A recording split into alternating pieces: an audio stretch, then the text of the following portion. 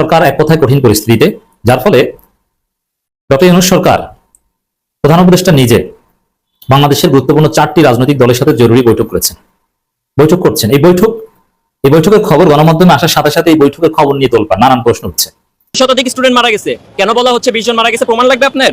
Army যে করছে, দেখেন আপনি প্রমাণ নেন, ভিডিও সহ প্রমাণ দিতেছি। এই যে কেন আর্মিরা কেন গায়ে হাত তুলবে? কেন আর্মি কেন মারবে, গায়ে হাত তুলবে কেন? কেন এটা ধামাচাপা দেওয়া হবে?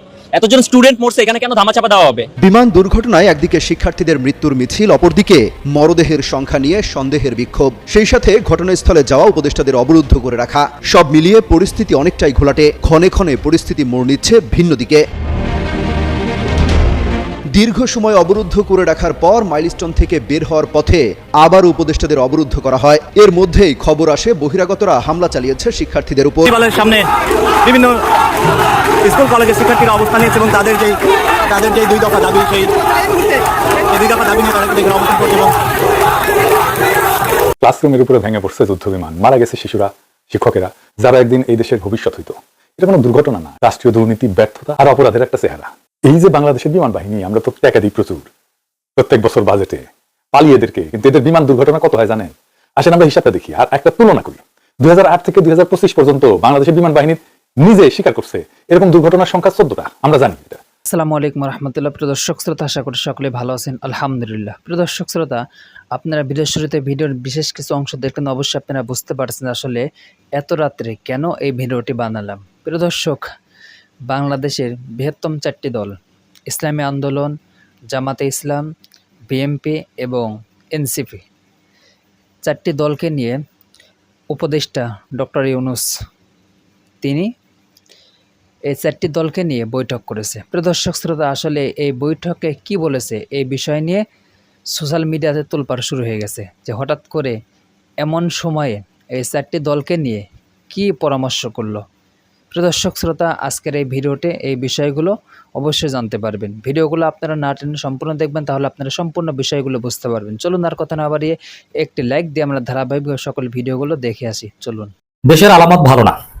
উত্তরার বিমান দুর্ঘটনাকে কেন্দ্র করে দেশের পরিস্থিতি নতুন মোড় নিচ্ছে। পরিস্থিতি ঘোলাটে করার চেষ্টা করছে একটি মহল, নানান দিক থেকে নানান সন্দেহ সংশয়। এই পরিস্থিতিতে সরকার সত্যি বেকায়দায় পড়েছে। সরকারের দুর্বলতা, মিসম্যানেজমেন্ট স্পষ্ট হয়েছে। সরকার এক কথায় কঠিন পরিস্থিতিতে, যার ফলে ডক্টর ইউনূস সরকার প্রধান উপদেষ্টা নিজে বাংলাদেশের গুরুত্বপূর্ণ 4টি রাজনৈতিক দলের সাথে জরুরি বৈঠক করছেন। এই বৈঠকের খবর গণমাধ্যমে আসার সাথে সাথে এই বৈঠকের খবর নিয়ে তোলপাড়, নানান প্রশ্ন উঠছে। গণমাধ্যমের খবর, প্রধান উপদেষ্টার সঙ্গে 4 রাজনৈতিক দলের বৈঠক। দর্শক, এই বৈঠক কেন? সাধারণত সরকার বেকায়দায় পড়লে, যেহেতু সরকারের আলাদা কোনো দল নেই, অন্যান্য রাজনৈতিক দলের সমর্থনে এই সরকারের শক্তি, এই জন্য বিপদে পড়লে সরকার বিভিন্ন রাজনৈতিক দলগুলোর সাথে বৈঠক করে তাদেরকে ডাকে, তাদের হেল্প চায়। এই বৈঠক থেকে প্রমাণিত হয় যে সরকার আসলে বেকায়দায় আছে এবং দেশের পরিস্থিতি যে কোনো সময় উত্তপ্ত হয়ে উঠতে পারে, অথবা অনাকাঙ্ক্ষিত কোনো ঘটনা ঘটতে পারে, নজিরবিহীন কোনো ঘটনা ঘটতে পারে। এই আশঙ্কা থেকেই সরকার জরুরি ভিত্তিতে 4 রাজনৈতিক দলের সাথে বৈঠক করেছে, এবং এটা এতটাই ইমার্জেন্সি বৈঠক যে অন্যান্য দলকে দাওয়াত দেওয়ার সুযোগ হয়নি। একদম বেসিক 4টা দলকে, এই 4টা দল সিলেকশন নিয়ে অনেকে প্রশ্ন তুলছেন। হোয়াটএভার, প্রথম কথা হচ্ছে সরকার যে বেকায়দায় তাতে কোনো সন্দেহ নেই। কি বেকায়দায়? দেখেন, সরকার নিজেদের মধ্যেই কিছু উদ্ভট কাজ নিজেরা করেছে। যেমন প্রধান উপদেষ্টার ফেসবুক পেজ থেকে ত্রাণ সহায়তা চাওয়া হয়েছে, চিকিৎসার জন্য টাকা চাওয়া হয়েছে, খয়রাতির ঘরে খয়রাতি, ছোট লোকের ঘরে ছোট লোকই। তীব্র সমালোচনা হচ্ছে, সরকারের কাছের লোকজনই ক্ষুব্ধ হয়েছে। এটা কোনো কথা? 100-150 মানুষ আহত হয়েছে বা নিহত হয়েছে, তাদের চিকিৎসা দরকার, এই জন্য সরকার সহায়তা চায় মানুষের কাছে? কোন খয়রাতির জাতের খয়রাতি? তো এতে সরকার বোঝা গেছে যে সরকারের ভিতরে আরো বিপদ আছে, টাকা পয়সা ঘাটতি বা ইত্যাদি ভিতরে অনেক সমস্যা আছে যেগুলো আমরা হয়তো বা জানি না। ফেসবুক পোস্ট ডিলিট করেছে, আর যাই হোক না কেন, একটা দেশ কতটা খয়রাতি হলে এই ধরনের চিন্তা মাথায় আসতে পারে? তাহলে কি আমরা ধরে নিতে পারি যে ভিতরে ভিতরে দেশের অর্থনৈতিক অবস্থা খুবই খারাপ? হাসিনা এমনিতেই ফোকলা করে দিয়ে গেছে, কিন্তু আসলে সেখান থেকে আমরা তেমন কোনো উত্তরণ ঘটতে পারিনি। একটা পর্যায়ে আমাদের রিজার্ভ প্রায় একদম 3 মাসের আমদানি ব্যয় নির্বাহ করার মতো রিজার্ভ ছিল না। মিথ্যা কথা বলে হাসিনা দেখিয়েছিল। আসলে কি ওই অবস্থা থেকে কোনো কার্যকর উত্তরণ হয়েছে নাকি?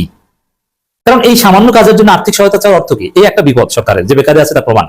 এখন রাজনৈতিক দলগুলোর হেল্প দরকার, এই জন্য জরুরি বৈঠক। এরপরে আওয়ামী লীগ ছাত্রলীগ আন্দোলনের মধ্যে ঢুকে পুলিশের উপর হামলা করছে, সচিবালয়ে ঢুকে যাচ্ছে, মাইলস্টোন কলেজে উপদেষ্টাদের অবরুদ্ধ করে রাখছে, মানে একটা বিশৃঙ্খল অবস্থা। তো এই এবং এটা রাতে আরো বাড়তে পারে। ছাত্র এবং সরকার সংঘাত বড় ধরনের সংঘাতের রূপ নিতে পারে, সরকার ভয় করছে। আর এই যে জেনজি, ছোট ছোট ইন্টারমিডিয়েট পড়ুয়া বাচ্চারা, এরা যদি রাজপথে নেমে যায়, সরকারের উপর ক্ষুব্ধ হয়ে যায়, কোন উপদেষ্টাকে ধরে, আসলেই তারা ধরে ছাত্রলীগ আওয়ামী লীগের অনুপ্রবেশ ছাড়া, তাহলে সত্যিকার অর্থে উপদেষ্টা থাকতে পারবে না, কারণ জেনজিকে থামানোর মতো সাহস কারণেই।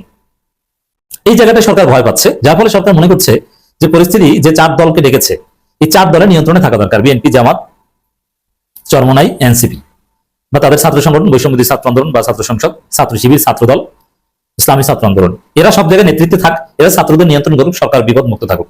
সরকার এই ধরনের একটা চিন্তা করছে, যার ফলে এই বৈঠক। বিশেষ করে ছাত্রদের যে আন্দোলন, সেই আন্দোলনে ছাত্রলীগের উস্কানি বা তাদের অনুপ্রবেশ, এই জায়গাটা সরকারকে খুব ভাবাচ্ছে। এবং আমিরে জামাত নিজে লাশ গুমের সন্দেহ প্রকাশ করেছেন। এটা সত্যিকার অর্থে একটা বিপদ সরকারের জন্য। আমিরে জামাত বলেছেন, মৃত্যুর যে সংখ্যা বলা হচ্ছে এটা বিশ্বাস করেন, এর মানে এখানে অঘটন ঘটিয়েছে বলে আমিরে জামাত মনে করেন, যদি বিস্তারিত আমিরে জামাত বলেননি। তো এই জায়গায় প্রধান উপদেষ্টার আসলে কিছু করার নেই, রাজনৈতিক দলগুলোর হেল্প চাওয়া ছাড়া। আবার এর মধ্যে জুলাই সনদ দিতে হবে খুব দ্রুত সময়ের মধ্যে, সেই সময় ঘনিয়ে আসছে। আবার এই বিপদে যদি আন্দোলন, আবার এই সরকারের যে দুর্বলতা কতটা মারাত্মক প্রকট এর আগে ফুটে উঠেছে, যে স্বাভাবিক একটা জাতীয় শোক দিবসের দিন শুধু পরীক্ষা স্থগিত না, টোটাল বাংলাদেশে সাধারণ ছুটি থাকা উচিত ছিল, কিন্তু সরকার সেটা করতে পারেনি। পরীক্ষা স্থগিত নিয়ে কত নাটক আমরা দেখেছি, যে সরকার স্থগিত করতে চায় কিন্তু শিক্ষা সচিব স্থগিত করতে দেয় না। এর মানে এই সরকার কি আসলে সরকার চালায়, না এই কথিত আমলারা চালায়? এই প্রশ্ন উঠেছে। এই জায়গায় সরকারকে নড়ে চড়ে বসতে হয়েছে, ওই শিক্ষা সচিবকে স্যাক করতে হয়েছে। এতদিন তিনি কেন ছিলেন? যে উপদেষ্টার কথা মন্ত্রীরা বললে তো চোখ বুঝে শুনবেন, সেটা যাই হোক না কেন, কিন্তু না, সেটা শুনতো না। এইগুলো নিয়ে ব্যাপক একটা অস্বস্তিকর, উদ্বেগজনক পরিস্থিতিতে সরকার ছিল ডেফিনেটলি, যার ফলে জরুরি ভিত্তিতে এই বৈঠকের আয়োজন করেছে। এই বৈঠক মুহূর্তের মধ্যে ভাইরাল। কত বৈঠক, ঐক্যমত কমিশনও তো বৈঠক হয় সরকারের সাথে, কিন্তু প্রধান উপদেষ্টার সাথে রাজনৈতিক দলের এই বৈঠক মুহূর্তের মধ্যে ভাইরাল। এখানে শিক্ষা উপদেষ্টা আছেন, ফজল কবির আছেন, আলী রিয়াজ আছেন। তো দর্শক, সরকার যে আসলে বেকায়দা, দেশের আলামত যে ভালো না, দেশে যে নানান পক্ষ নানান গেম খেলতে পারে, এটা সরকার ধারণা করছে। এক্ষেত্রে আমাদের যেটা উচিত, সরকারের ত্রুটিগুলো নিয়ে আলোচনা করা দরকার, সংশোধনের সুযোগ দেওয়া দরকার, ঘাট ধরে সংশোধন করানো দরকার। অ্যাট দি সেম টাইম কোন বিশেষ গোষ্ঠী, বিশেষ করে আওয়ামী কোন গোষ্ঠী ঘোলা পানিতে মাছ শিকার করবে, এই সুযোগ দেওয়া উচিত না। এটা এই বৈঠকের মাধ্যমে নিশ্চিত হওয়া দরকার। প্রধান উপদেষ্টার সঙ্গে 4 দলের রাজনৈতিক দলের বৈঠক। রাজধানী রাষ্ট্রীয় অতিথি ভবন যমুনার 4টি রাজনৈতিক দলের নেতাদের সঙ্গে বৈঠক বসেছেন প্রধান উপদেষ্টা প্রফেসর মোহাম্মদ ইউনূস। বৈঠকে অংশ নিয়েছেন বিএনপি মহাসচিব মির্জা ফখরুল ইসলাম আলমগীর, স্থায়ী কমিটির সদস্য আমির খুরশিদ মাহমুদ চৌধুরী। সালাউদ্দিন কোথায়? এখন তো সালাউদ্দিন ডিফেক্টো লিডার। জামাত ইসলামী নায়েব আমির ডাক্তার সৈয়দ আব্দুল্লাহ মোহাম্মদ তাহের ও সহকারী সেক্রেটারি হামিদুর রহমান আজাদ। বিএনপি জামাত এখানে সমান সমান গুরুত্ব পেয়েছে। দাওয়াত নিয়েও সোশ্যাল মিডিয়ায় ব্যাপক সমালোচনা হচ্ছে, অনেকে প্রশ্ন তুলছেন, আমি আসছি সেদিকে। বিএনপি জামাতের মধ্যে ভারসাম্য আছে, দুইজন। জাতীয় নাগরিক পার্টির আহ্বায়ক এনসিপির আহ্বায়ক নাহিদ ইসলাম, সদস্য আক্তার হোসেন, ইসলামী আন্দোলন বাংলাদেশের প্রেসিডেন্ট সদস্য অধ্যাপক আশরাফ আলী, এখন জুরুল মসজিদ গাজী আতর রহমান। চলমান রাজনৈতিক পরিস্থিতি ও ভবিষ্যৎ কর্মপন্থা নির্ধারণে এই বৈঠক অনুষ্ঠিত হচ্ছে বলে জানায়। বিশেষ করে আইন শৃঙ্খলা পরিস্থিতি, মাঠের আন্দোলন তো এই 4 দল চাইলেই পরিস্থিতি নিয়ন্ত্রণে রাখতে পারে, কোনো তৃতীয় পক্ষ এখানে সুযোগ নিতে পারবে না। এইটা নিশ্চিত করতেই সরকার এই 4 দলকে ডেকেছে। এখন অনেকে বলছেন সব দলকে সমান মর্যাদা দেওয়া হয়েছে, 4 দলকে দুইজন। অনেকে বলছেন যে এনসিপি কি? এর আগে আমরা দেখি যে 3 দলকে ডেকেছে, বিএনপি, জামাত, এনসিপি। চরমোনাইকে ডাকা হয়নি। আমরা তখন প্রশ্ন উঠেছিলাম যে না, চরমোনাইকে ডাকতে হবে, চরমোনাই এনসিপির চেয়ে বড় দল, বাংলাদেশে গুরুত্বপূর্ণ। হ্যাঁ, আসলে এই 4 দল বাংলাদেশে গুরুত্বপূর্ণ, কিন্তু এটা অনেকেই মানতে পারছে না। ভিপি নুরের দল বা অনেকেই মানতে পারছে না যে এনসিপি আবার কারা, এটা কিংস পার্টি বলে ডাক পাচ্ছে, এদের নিবন্ধন নাই, কিছু না। সে নিবন্ধন জিনিসটাই একটা ফালতু জিনিস, এটা কিছু না। নিবন্ধন তো জামাতের ছিল না, যে এই কারণে কি জামাত ছোট কিছু না, জামাতেই হাসিনার পতন ঘটিয়েছে, দেখেছেন না? নিবন্ধন থাকা দরকার না। তবে এটা নিয়ে হিংসা করে কোনো লাভ নেই। ইন রিয়ালিটি বর্তমানে বাংলাদেশের 4 বড় দল এটা। এনসিপি চাইলে পরিস্থিতির মোড় ঘুরিয়ে দিতে পারে, তারা যে কোনো পরিস্থিতি নিয়ন্ত্রণ করতে পারে, সমস্যার সমাধান করতে পারে, তাদের সোশ্যাল তাসির আছে, সামাজিক প্রভাব আছে, সোশ্যাল ক্যাপিটাল আছে। অতএব পরিবেশ পরিস্থিতির নিয়ন্ত্রণ যে 4 দলের হাতে আছে, তাদেরকেই ডেকেছে। শ্রমের উপরে ভেঙে পড়ছে যুদ্ধ বিমান, মারা গেছে শিশুরা, শিক্ষকেরা, যারা একদিন এই দেশের ভবিষ্যৎ হইতো। এটা কোনো দুর্ঘটনা না, রাষ্ট্রীয় দুর্নীতি, ব্যর্থতা আর অপরাধের একটা চেহারা। এই যে বাংলাদেশের বিমান বাহিনী, আমরা তো টাকা দিই প্রচুর প্রত্যেক বছর বাজেটে পালিয়ে এদেরকে, কিন্তু এদের বিমান দুর্ঘটনা কত হয় জানেন? আসেন আমরা হিসাবটা দেখি আর একটা তুলনা করি। 2008 থেকে 2025 পর্যন্ত বাংলাদেশের বিমান বাহিনীর নিজে স্বীকার করছে এরকম দুর্ঘটনার সংখ্যা 14টা, আমরা জানি এটা। একই সময় ইন্ডিয়ান বিমান বাহিনী নিজের স্বীকার করা দুর্ঘটনার পরিমাণ 85টা, কিন্তু ইন্ডিয়ার আছে 2024-এর হিসাব অনুযায়ী অবশ্য 1290টা বিমান আর 500টা হেলিকপ্টার। ভারতীয় বিমান বাহিনীর দুর্ঘটনার অনুপাত হচ্ছে 100টার মধ্যে 4.7। সেই পরিমাণে বাংলাদেশের বিমান বাহিনীর আছে, এটা 2023-এর হিসাব, 125টা বিমান এবং 61টা হেলিকপ্টার। বাংলাদেশ বিমান বাহিনীর দুর্ঘটনার অনুপাত হচ্ছে 10.93, প্রায় 11%। এইটা ভারতের তুলনায় প্রায় 3 গুণ প্রায়। তো বিমান বাহিনীকে তো জবাব দিতে হবে যে কেন আমাদের বিমান বাহিনীতে ভারতের চাইতে 3 গুণ বেশি দুর্ঘটনা হয়। অনেকে অবিশ্বাস করতে পারেন, আমি হিসাব দিতেছি। 8 এপ্রিল 2008 চেংদুতে F7Z দুর্ঘটনা হয়, একটা বিমান হারায়। 20 ডিসেম্বর 2010 2টা PT-6 বিমান দুর্ঘটনায় পড়ে। 8 এপ্রিল 2012 এরো L-39 ক্র্যাশ একটা। 26 এপ্রিল 2012 একটা PT-6 ভারতীয় ভূখণ্ডে জরুরি অবতরণ করে। 13 মে 2015 MI-17 হেলিকপ্টার দুর্ঘটনা হয় একটা।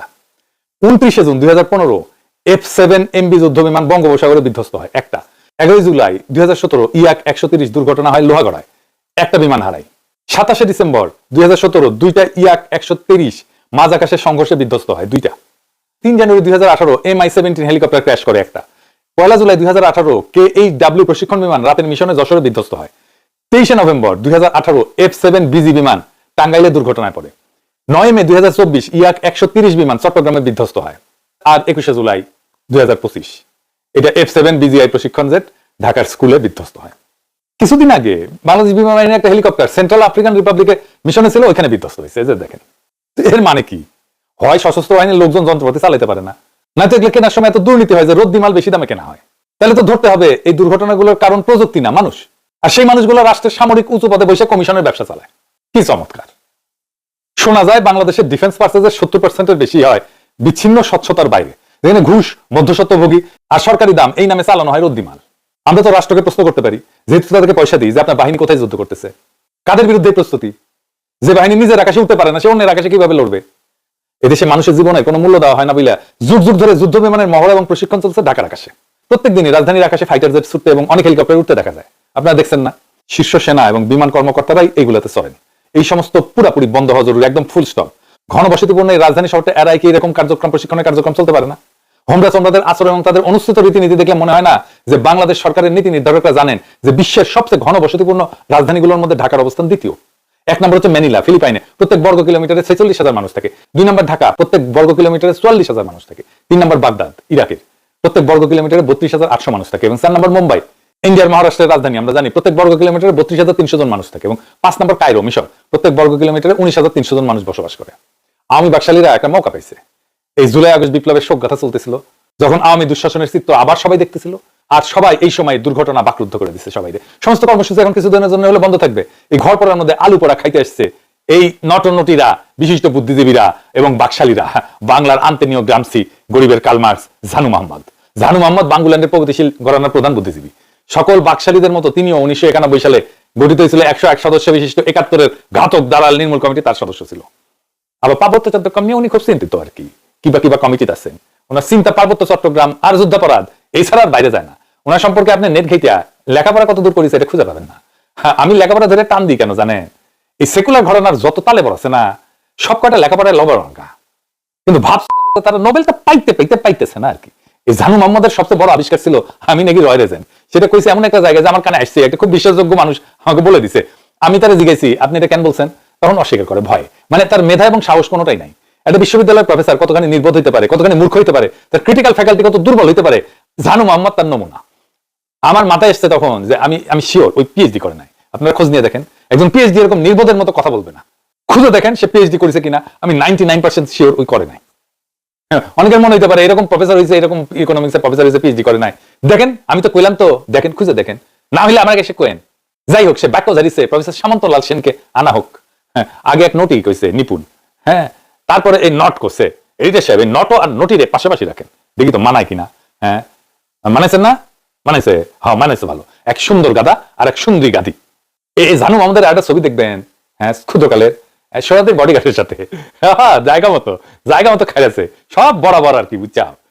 1974 দুর্ভিক্ষের টাইমে অনুদান তুলে ওই সোনাদের বডিগার্ডের হাতে দিতেছে, দেখেছেন? কে হাসি মুখে দেখেছেন?